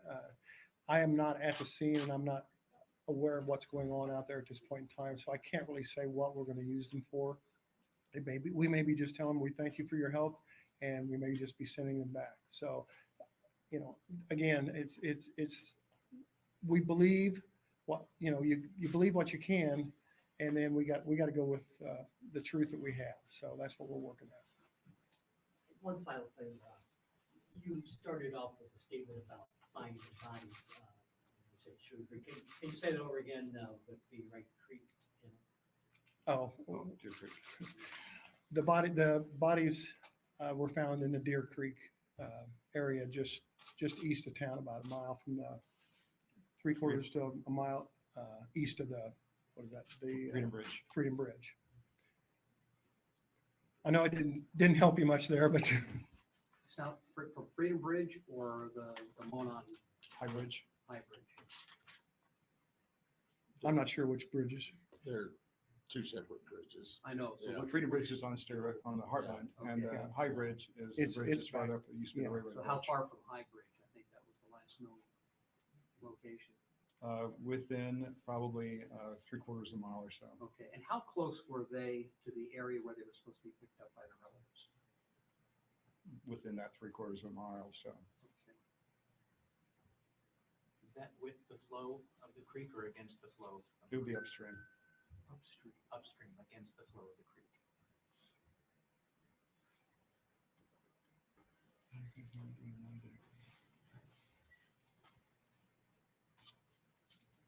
Thank you, gentlemen.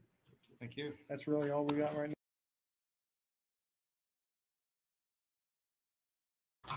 Okay. Well, I picked up on a few things in that video. So, one of the things that I picked up on is they said the bodies were found around 12:15 p.m. First, they said it was a half a mile. Then they said 3/4 of a mile, 3/4 to a mile. The sheriff's office for Carroll County was the lead in the case. And when they asked them certain questions, they kept looking at each other because they didn't know how to answer them.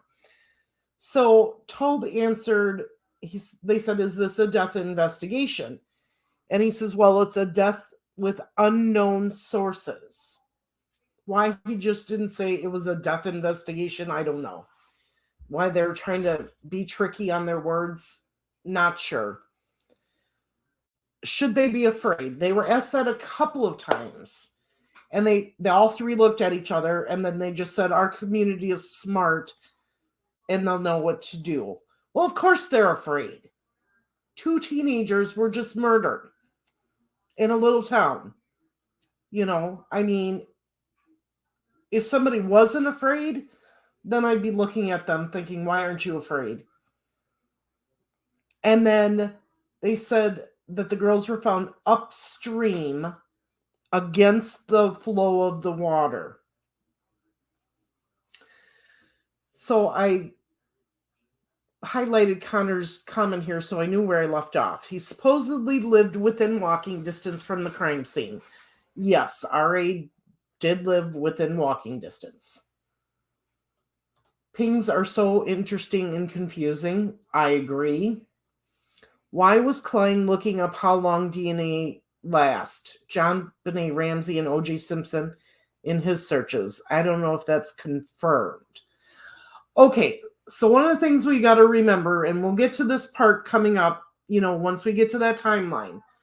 But in the, I can't call it the affidavit, the questions that the police were asking Keegan Klein, we have to remember that when police are questioning a subject, they are allowed to lie. So, when we're looking at that document that was released with all the questions and answers between law enforcement and Keegan Klein, we have to take what's being said by law enforcement with a grain of salt because we don't have specifics. We don't know if they were lying about the question they were asking just to get information from him or if there was some truth into that question. So we're going to have to dissect that when that time comes. It was hot in New Hampshire. I got one tree planted trying to, okay. Yep. Let's see here. When they found them, was clothing on or off? At this point in time, we don't know. We don't get any information about clothing being missing until the whole Ron Logan affidavit comes out. So once we get there, we will start talking about clothing.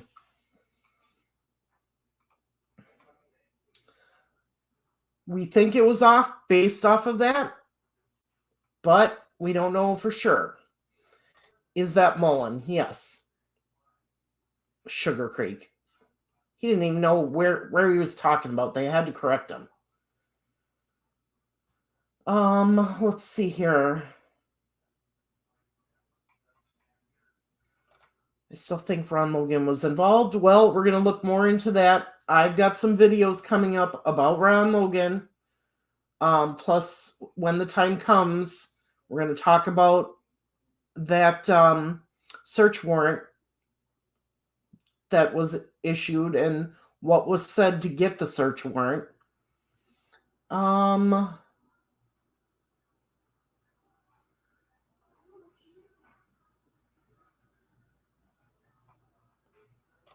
So Let's see here. Mullins is in the middle. He could go into the woods behind his house and take the bank of Deer Creek to the Monon High Bridge. He was an avid hiker. You are correct. Digital, do you remember why you said, oh my God? Because when you say, oh my God, that means something big popped into your head.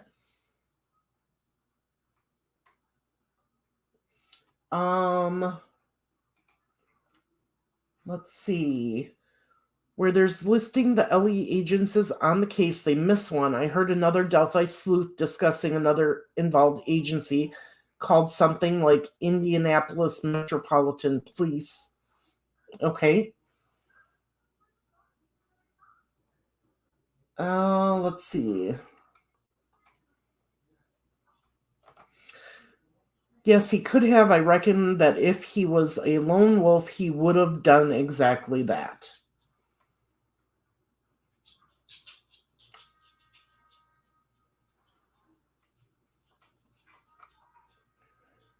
These three are very odd giving an interview. One hardly says anything, one is shady, and the other doesn't know much. You are correct. But this is the start of where they don't give information out. I mean, it's a plain and simple question. Is the community in danger? Well, absolutely. The community could have been in danger. 2 teenagers were killed.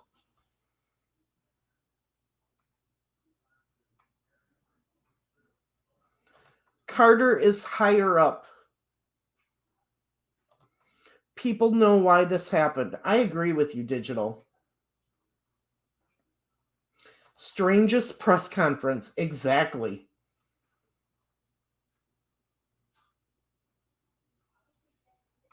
Let's see here. Very odd. Possibly down to shock from the crime, but I see major awkwardness and discomfort in front of the media too. Exactly. Defensive and unprepared. Exactly.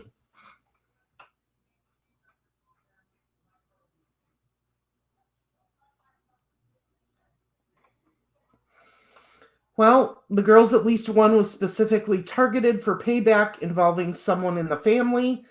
That is all under the myth, rumor, theories, but we do not have any direct evidence stating that is a truth.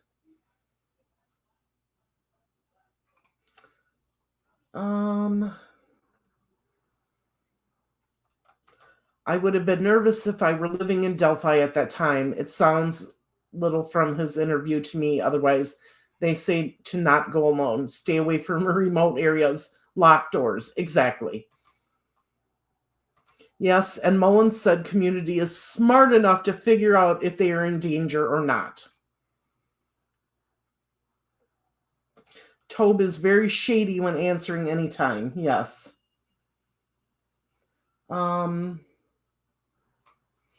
Anyone see if Tobe had handcuffs on there?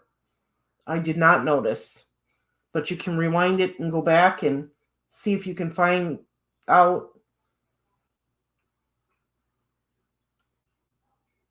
Let's see here.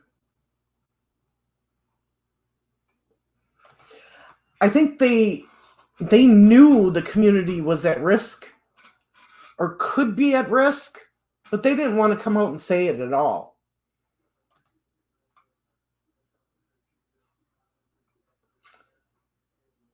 Okay.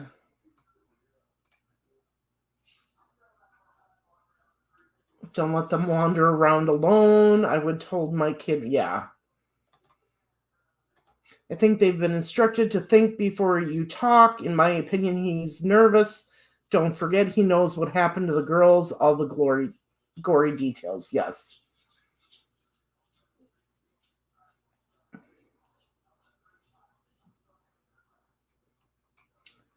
Let's see here.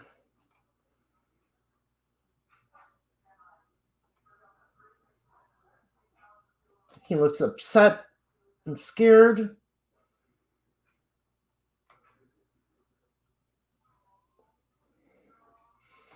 Oh, believe me, Christy, we're going to get into that.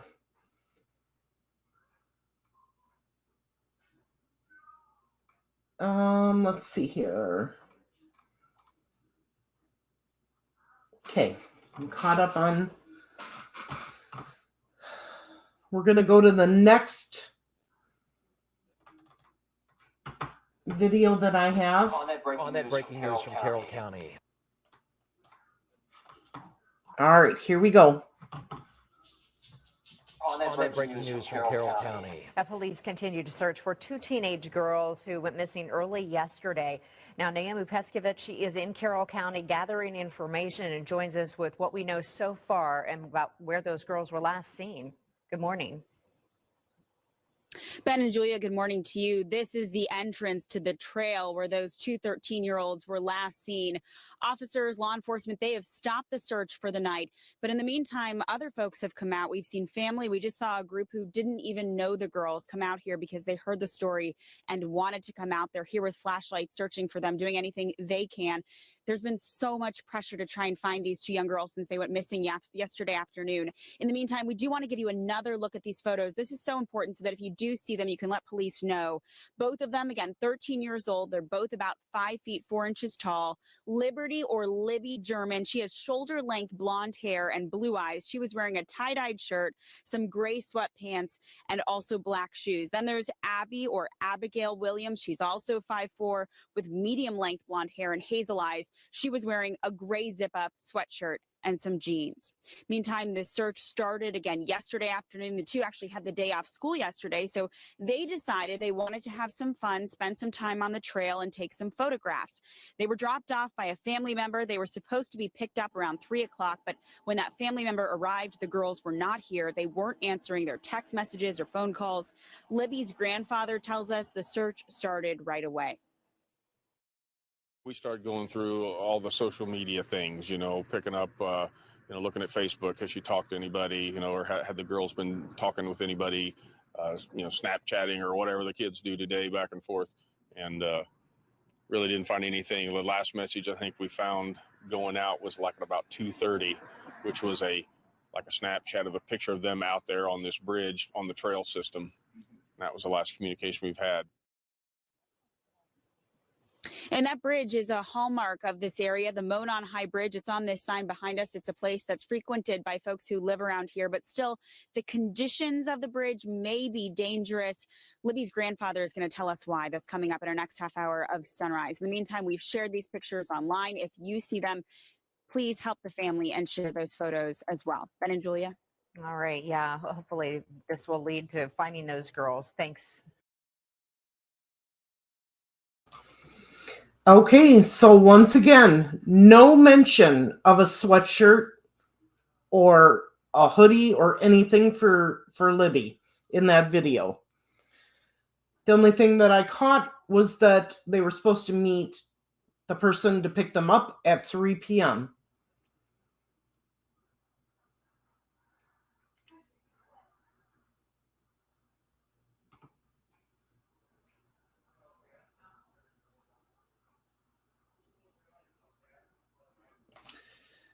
Am I reading too much into what Mullen said, or did he insinuate that some people are in danger and some are not? It's hard to tell because of the way that they kept answering that question. Our community is smart.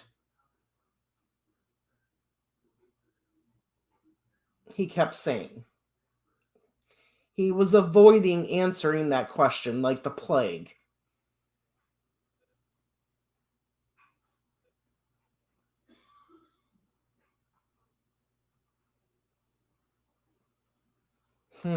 Good question. So would they have had the BG footage straight away too? Like the Snapchat of Abby on the bridge? Well, it took them a couple days, didn't it, to get the Well, not necessarily the Snapchat on the bridge because her friends took snapshots of it. So, depending on when they found the phone and could go through the phone, they would have had the BG footage. I wondered that too. Does that mean they think surrounding drugs? Maybe. Yeah, they definitely avoided that question. Definitely avoided it.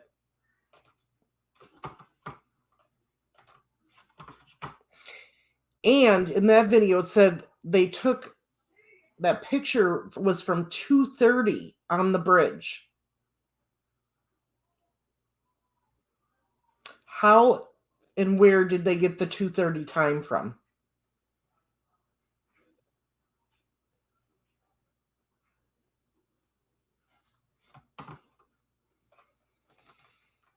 All right.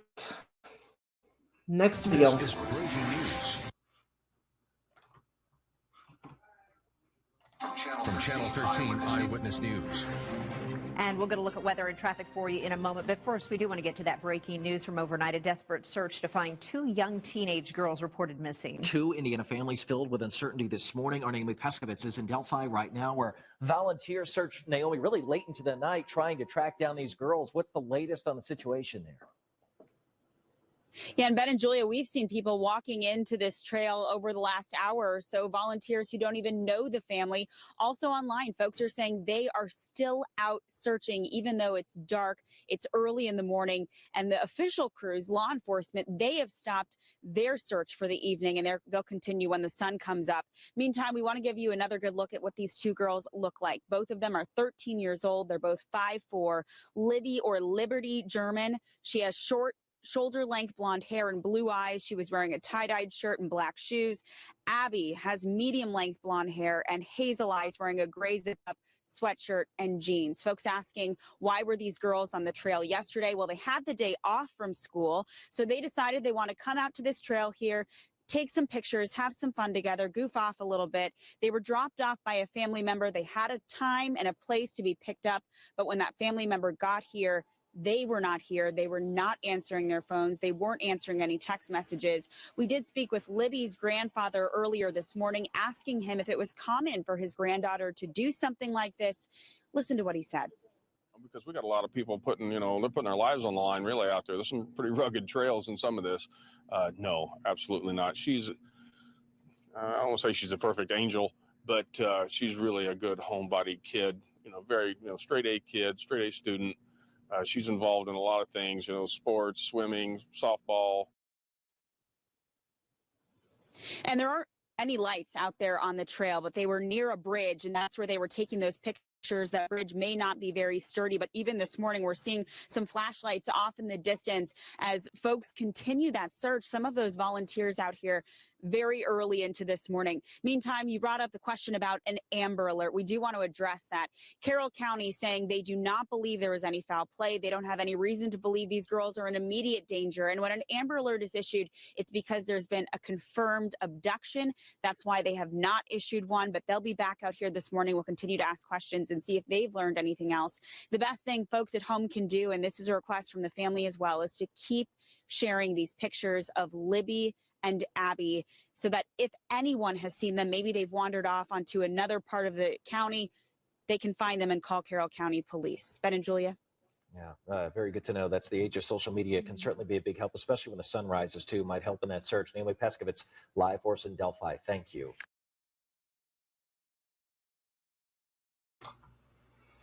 Okay, we've got 3 more for 2:14, so I'm going to play the next one. Good evening, I'm Jeff Smith. I'm Kayla Sullivan. Thanks for joining us. Well, more than 24 hours after their disappearance, new information surfacing possibly connected to the case of 2 missing teenagers from Carroll County. News 18's Brad Oppenheim and Alexis Moberger have live team coverage from Delphi. Brad, walk us through what police know so far. Jeff and Kayla. Two bodies were discovered around 12:15 this afternoon, just east of Delphi, not too far from where I'm standing, actually, near Deer Creek. Now, although their identities are unknown, they were found less than a mile upstream from the Monon High Bridge, where 13-year-olds Liberty German and Abigail Williams were last seen yesterday. The FBI, Indiana State Police, the Carroll County Sheriff's Office, and Delphi Police are all working the investigation. At this time, the area has been deemed a crime scene. As of 2 o'clock, the search for the missing teenagers was not officially called off, but it has been greatly scaled back. Now, also, Indiana State Police Sergeant Kim Riley recently tweeted out that there was nothing new to report. Delphi Police Chief Steve Mullen says he's leaving it up to the community to decide how they want to react to the news. I think people are smart enough in our community to draw their own conclusions about what they should feel and shouldn't feel. Our people are very smart. We have a very good community, and they are very strong. And they are able to draw their own conclusions about this whole situation, I think, quite successfully. Sheriff Lesby says it's been a long several hours and emotions are running high throughout the community. He says if anything positive can be taken away, it's the outreach of support from the community. Now, officials did make it known that family members wanted to thank everybody assisting to locate the children and wanted to express their gratitude toward the hard work. Now, News 18's Alexis Moberger is here in Delphi as well. She has more on how the community is reacting to this turn of events. Alexis? Brad, it sure has been a long and tough day and a half for many here in Carroll County. Many spent hours searching for Libby German and Abigail Williams starting yesterday when the two girls went missing. Now, many people we've been speaking to say they have more questions than answers. We did speak with the school superintendent of Delphi Community Schools, and he says there will be counseling services for students at the elementary, middle school, and high school throughout the week. He says there will be school for the rest of the week, mostly to make sure students get the counseling and services they may need. Superintendent Greg Brile says he's thankful for all the care and support he's already seen from the community to help his students who are grieving. I think our day was disbelief and kind of questions. You know, why did this have to happen to our students in Delphi? Why did this happen in our community? Brile says all after-school activities are canceled for the rest of the week. Now, in a little bit less than an hour, there will be a candlelight vigil held for the two girls here at United Methodist Church in Delphi. We're told that hundreds are expected, and it's going to be a way for the community to try and heal and get through this. Reporting live in Carroll County, Alexis Moberger, News 18.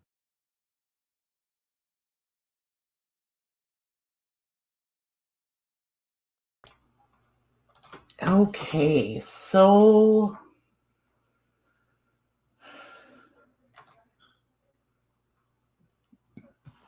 the recently filed motion to suppress. Do you folks think it's within the realm of likely possibility that there might have been improper procedural aspects to the searches of Ari's residence? Anything is possible. I mean, we're all kind of leery of this to begin with, so anything is possible on that front. Let's see here. Open map and choose history is a good tracking map. Okay. Anthony, I personally, I think they're going to question the validity, reliability of the info in the PCA that allowed the search to happen in the first place.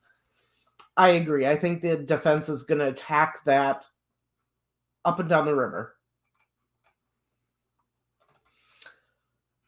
FBI came into Delphi so quick after girls found, set up forensics room immediately. I guess you would call it they are bad.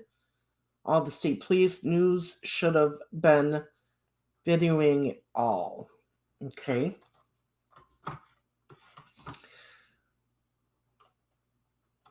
All right. Next video, we got two more. Where are Libby and Abby? These two teen girls have not been spotted in nearly 24 hours. That's where we're starting today at 12:30, the ongoing search for Libby German and Abby Williams.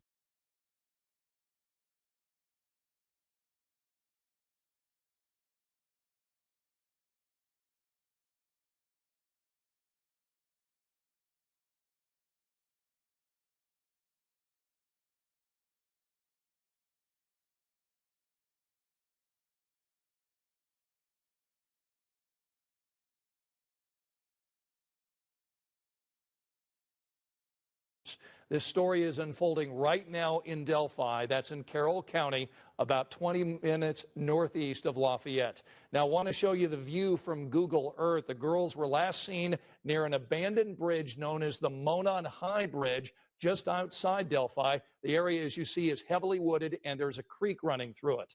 Rich Van Wyk joins us live from the command center in Delphi. Rich, you've been talking with people out there. What's the latest there? Well, the sheriff just briefed us a little while ago. He gave us details on the search, just how many people are involved. The fire department is now the command center for an exhaustive search that's covering a great swath of the county. More volunteer searchers are arriving here. They're ready and willing and able to start relieving some of the people who have been searching most of the morning in some of the wooded areas. From what we've heard and from what we've seen, there are probably about 200 civilian volunteers working with police, firemen, and others. They're searching woods, streams, fields, and buildings. The area, according to the sheriff, covers 20 to 25 square miles. Some of those areas, it's tough going. There are steep.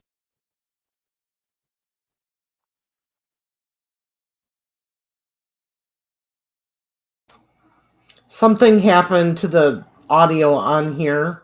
We've apparently lost our connection with Rich Van Wyk, but the video that you're seeing here gives you an idea of how rugged this particular area is. The vantage point, that's more than 200 people right now are searching for these two girls.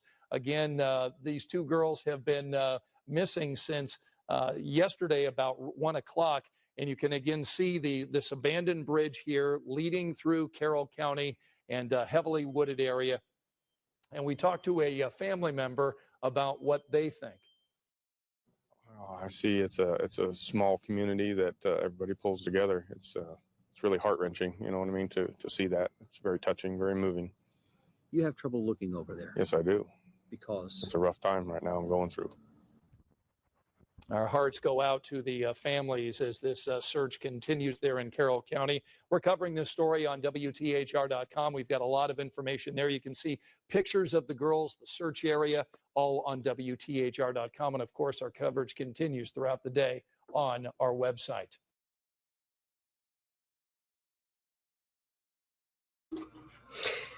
Yeah, that I caught that, and I started talking, then put the video back on and realized I was on mute. So one of the things that I caught right away, he said they haven't been seen in 24 hours. Yet in that previous video, it said that they were found at 12:15 p.m. So it wasn't 24 hours and missing since one. He's off. A long time ago, someone's video, I said, I know that color of blue on the jacket, and that jacket is green on, okay. Could be. All right, one more video, guys, for tonight. Very scary situation right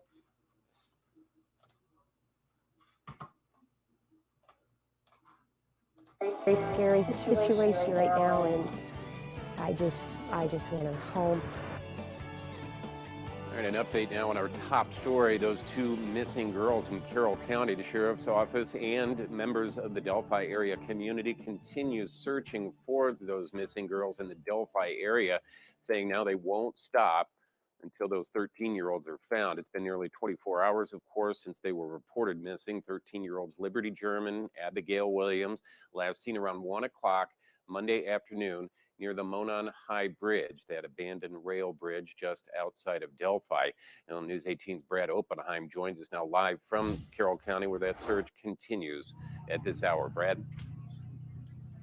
Jeff, like you said, Liberty German and Abigail Williams were last seen yesterday afternoon when they were dropped off near that bridge. Now, they had made arrangements to be picked up by family members later that afternoon, but they never showed up.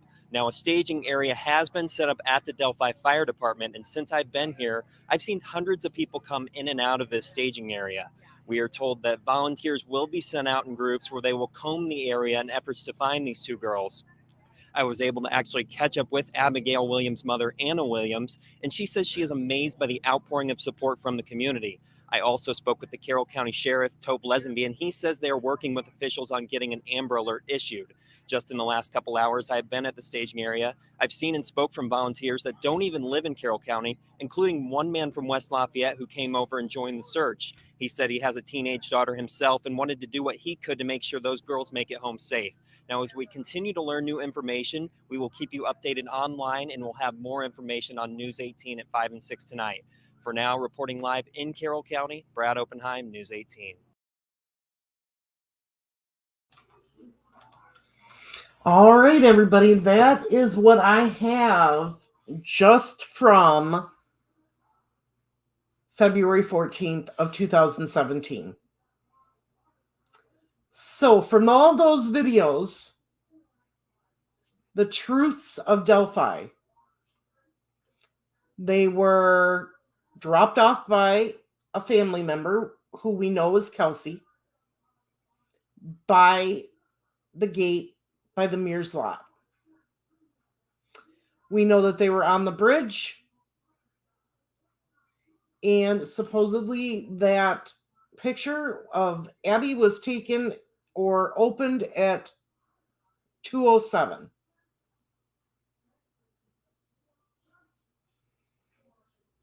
Other than that, we don't really have a whole lot of truths out of any of this. Times are off.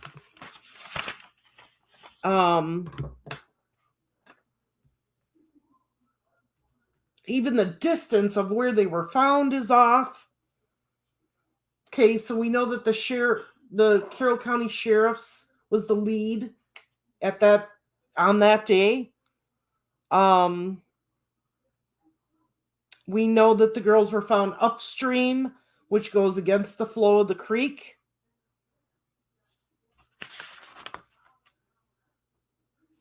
And that is about it for our truths.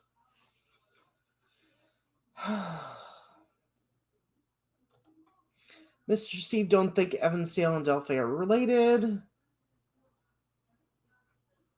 Let's see.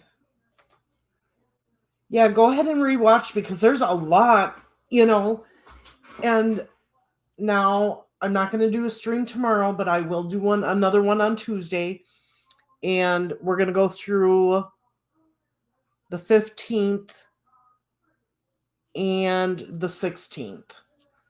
Because I've got 1, 2, 3, 4, 5, 6, 7, 8, 9, 10, 11, 12 videos from those 2 days. Yeah, Crystal, the notes are very thin in the fact area, the truth area. And they're probably a long list of things of times not matching up, places, in the myth, theory, rumor column. I mean, there's so much. Age is off also. Did anyone else notice they kept saying Libby was 13?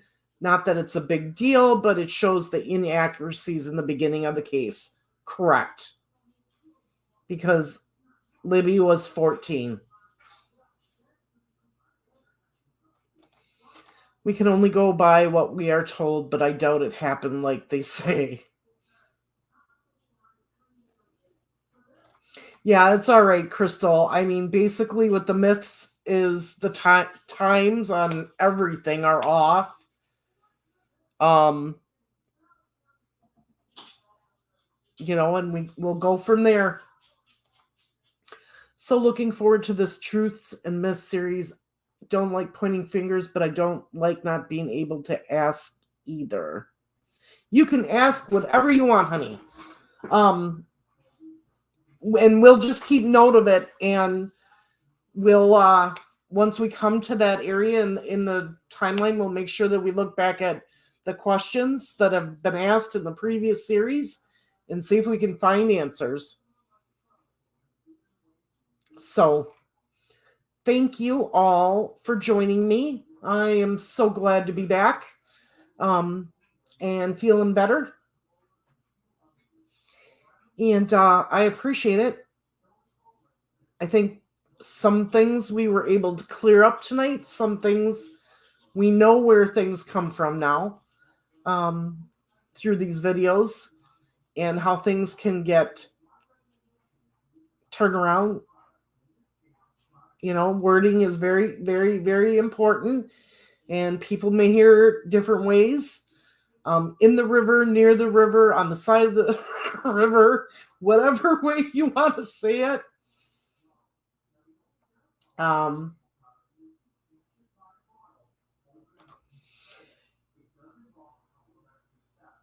right, I will remember that for Tuesday night. Make sure that you guys can join in more in the discussion. Definitely.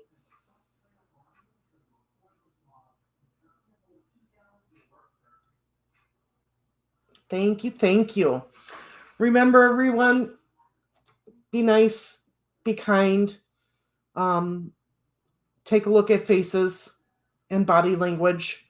Somebody you may know or may not know even, maybe having a very rough day, and a kind gesture goes a long way. Thank you. Love you guys. Mwah. I will see you soon. Bye.